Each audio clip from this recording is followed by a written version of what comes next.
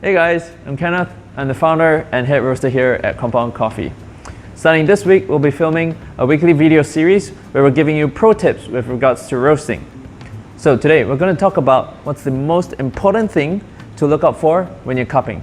This is mainly for roasters who are looking to buy green coffee, not too much for baristas or roasters analyzing their roast profile, okay? So, what is the most important thing to look out for when you're cupping at the green trader's office? The answer is dry fragrance. Sure, things like acidity, body balance, sweetness, flavor, they're all important. But the most important thing is still the dry fragrance. Why? Because things like the roast and the cupping parameters can all affect the perception of acidity, sweetness, flavors, and so on.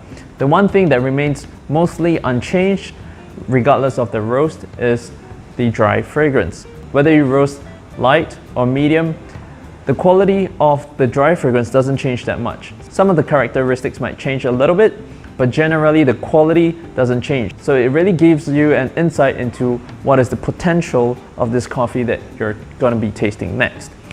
If the dry fragrance is really weak or one-dimensional, then you know that that is just the potential and the limit that this coffee has. However, if the dry fragrance is really complex and it's strong and intense, but it doesn't taste that great, then you know maybe this is the roast profile and not the potential of the coffee. It could probably be enhanced through a better roast. Okay, that's it for this week.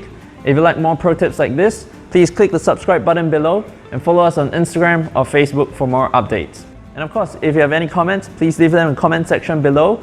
Let us know what you think, and if you have any questions, leave us a comment and we'll try our best to answer them. All right? See you next week.